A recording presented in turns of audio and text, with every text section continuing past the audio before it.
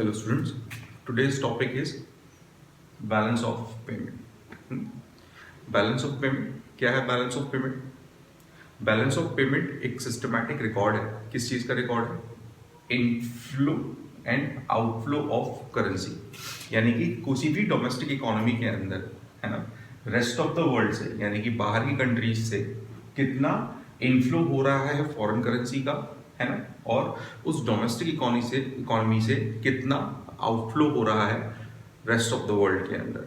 यानी कि एक रिकॉर्ड है, एक अकाउंट है, एक स्टेटमेंट है, जिसके अंदर आपको हम क्या रिकॉर्ड करते हैं?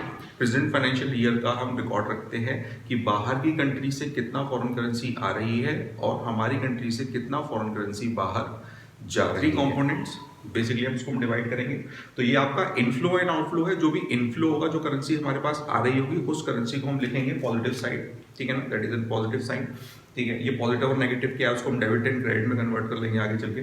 बट इनफ्लो जो है उसको समझने के लिए हम उसको क्या लिख रहे हैं? पॉजिटिव साइड लिख रहे हैं। इनफ्लो मतलब हमारे पास आ रहा है, यानी कि ऐड हो रहा है, ठीक है। आउटफ्लो, नेगेटिव का मतलब क्या? आउटफ्लो, जो हमारे यहाँ से जा रहा है, ठीक है।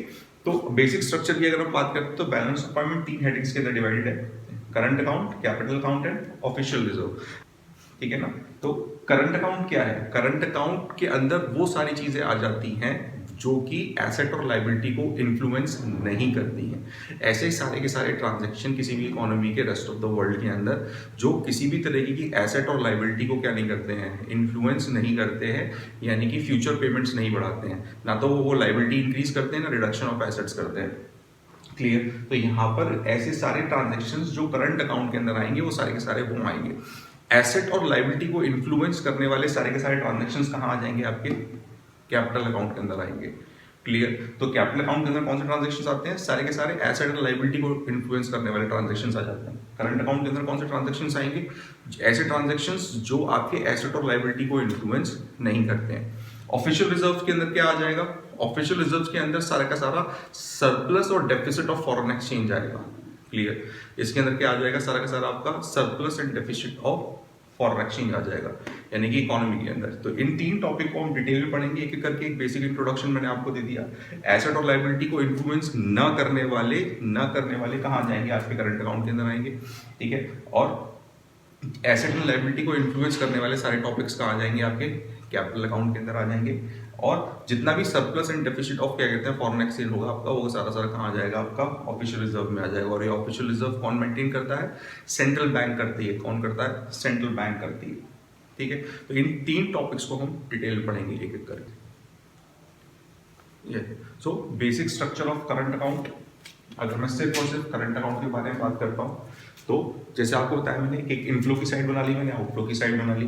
तो basic structure of current account के अंदर ये हेडिंग्स आती हैं। बेसिकली 3 हेडिंग्स के अंदर आती है आपकी। दैट इज इनफ्लो कब होगा? जब हमारे पास करेंसी आ रही होगी। तो यहाँ पर क्या आ गया? एक्सपोर्ट ऑफ गुड, ठीक है ना। आउटफ्लो कब होगा? जब हमारे पास करेंसी जा रही होगी। तो ये हो गया आपका इम्पोर्ट ऑफ गुड्स। जब मैं बाहर से सामान खरीदूंगा तो सामान इंडिया में आएगा और इंडिया से करेंसी कहाँ जाएगी? बाहर जाएगी।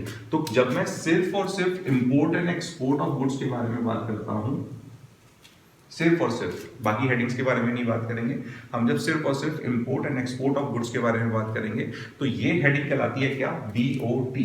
ये कहलाती है आपकी क्या? BOT. That is what? Balance of trade. Balance of trade कहलाती है, ठीक है।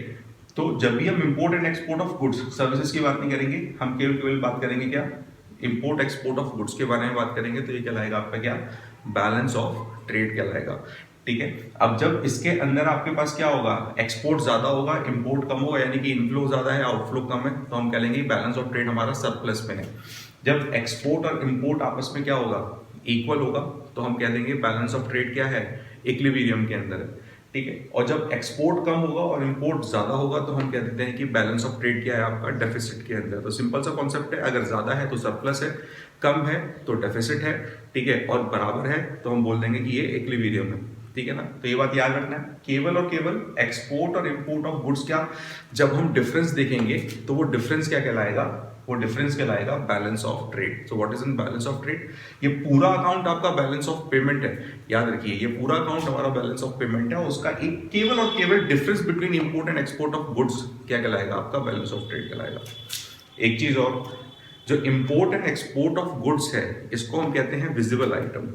इसको हम क्या कहते हैं, क्या विजिबल आइटम्स कहते हैं। विजिबल आइटम्स क्यों कहते हैं, क्योंकि गुड्स हैं, गुड्स हमारे टेंजिबल होते हैं, जिनको हम ट्रेस कर सकते हैं, टच कर सकते हैं, ठीक है ना, कि गुड्स कहाँ से कहाँ ट्रांजिट हो रहे हैं, कौन बाय कर रहा है, कौन परचेज कर रहा है, कौन सेल कर रहा है। तो जो गुड्स है वो हमारे टेंजिबल थिंग्स हैं, क्लियर। तो ये हमारा एक विजिबल आइटम है और इस विजिबल आइटम को हम ट्रेस कर सकते हैं, तो उसको कहते हैं विजिबल आइटम्स। तो import and export of goods हमारे विजिबल आइटम्स भी कहलाते हैं।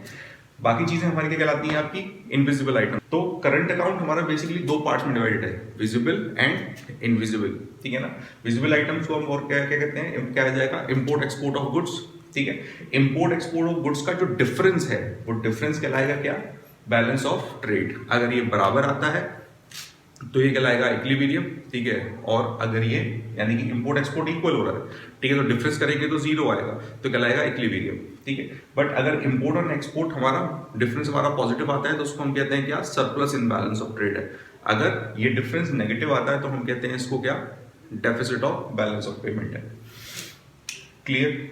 तो balance of trade balance of payment का एक हिस्सा है, ये बात याद रखेंगे, ठीक है ना। फैक्टर इनकम्स, फैक्टर इनकम्स कौन सी होती है आपकी, ठीक है ना। फैक्टर इनकम्स वो इनफ्लो साइड आ जाएगी आपकी factor incomes and outflow side आ जाएगी आपकी फैक्टर पेमेंट्स, ठीक है। तो आपका इसके अंदर क्या आ गया, फैक्टर इनकम्स कौन सी होती हैं, फैक्टर इनकम्स वो होती हैं जो आपका प्रोडक्शन फैक्टर से आपकी इनकम्स एंड पेमेंट जनरेट की जाती हैं, ठीक है। यानी कि लैंड, लेबर, कैपिटल, एंटरप्रेन्योरशिप, जो आपने बोले फैक्टर्स ऑफ प्रोडक्शन पढ़े हैं, ठीक है ना। जैसे इकोनॉमिक्स के अंदर हो जाते हैं आपके रेंट, वेजेस, ठीक है। तो उससे जो इनकम्स एंड पेमेंट्स होती हैं वो आपकी क्या आ जाती है, फैक्टर इनकम्स एंड पेमेंट्स आ जाती हैं।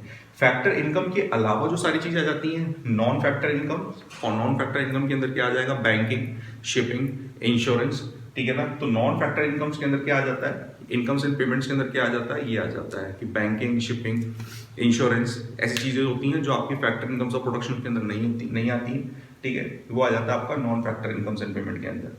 ट्रांसफर इनकम एंड पेमेंट्स के अंदर क्या आ जाएगा, ट्रांसफर इनकम ऑफ पेमेंट्स के अंदर आता है जो वन साइडेड होती है ना, यानी कि जिसके रिटर्न में कुछ नहीं आया है वो आपके ट्रांसफर ऑफ पेमेंट्स के अंदर आ जाएगा, जो कि यूनिलेटरल होती है। अब यूनिलेटरल क्या क्या होती है, लाइक गिफ्ट, मैंने अगर किसी को गिफ्ट दिया, कोई फ्रेंड मेरा ऑस्ट्रेलिया में रहता है, मैंने उसको गिफ्ट दिया, तो जो गिफ्ट है वो गिफ्ट का ट्रांजेक्शन क्या कहला जाएगा, आपका यूनिलेटरल पेमेंट के अंदर आ जाएगा, that is a transfer income और पेमेंट के अंदर आ जाएगा। गिफ्ट हो गया, स्कॉलरशिप हो गई, ठीक है ना, जिसके रिटर्न में हमें कुछ नहीं मिलता। जैसे अगर मैं कोई चीज एक्सपोर्ट या इंपोर्ट करता हूँ तो ये बायलेटरल होते हैं। बायलेटरल कैसे होते हैं, एक तरफ से गुड्स जाते हैं, दूसरी तरफ से करेंसी आती है, तो बायलेटरल है। अगर मैंने किसी को स्कॉलरशिप दी है तो वो स्कॉलरशिप आपकी यूनिलेटरल है, यहाँ से आपके पास पैसा जाता है पर रिटर्न में आपके पास कुछ नहीं आता। जो जितने भी यूनिलेटरल ट्रांजेक्शंस होंगे वो सारे के सारे कहाँ आ जाएंगे, आपके ट्रांसफर इनकम एंड पेमेंट के अंदर आ जाएंगे। तो करंट अकाउंट के अंदर बेसिकली क्या है, तीन पार्ट के अंदर डिवाइडेड है, import export of goods, import export of services and invisible items. तो इनविजिबल आइटम्स के अंदर क्या आ गया आपका, ये सारी चीजें आ गई, ठीक है। इंपोर्ट एक्सपोर्ट का जो डिफरेंस है वो कहलाएगा आपका क्या, बैलेंस ऑफ ट्रेड कहलाएगा। प्लस में आता है तो वो हो जाएगा आपका सरप्लस, जीरो आता है तो इक्विलिब्रियम, नेगेटिव आता है तो डेफिसिट। तो ये आपका क्या है, केवल और केवल करंट अकाउंट है। तो करंट अकाउंट के अंदर हम बेसिकली तीन चीजें पढ़ते हैं, इंपोर्ट एक्सपोर्ट ऑफ गुड्स जो कि आपके विजिबल आइटम्स है, import export of services and आपके इनविजिबल आइटम्स यानी कि factor incomes, non factor incomes और ट्रांसफर इनकम्स।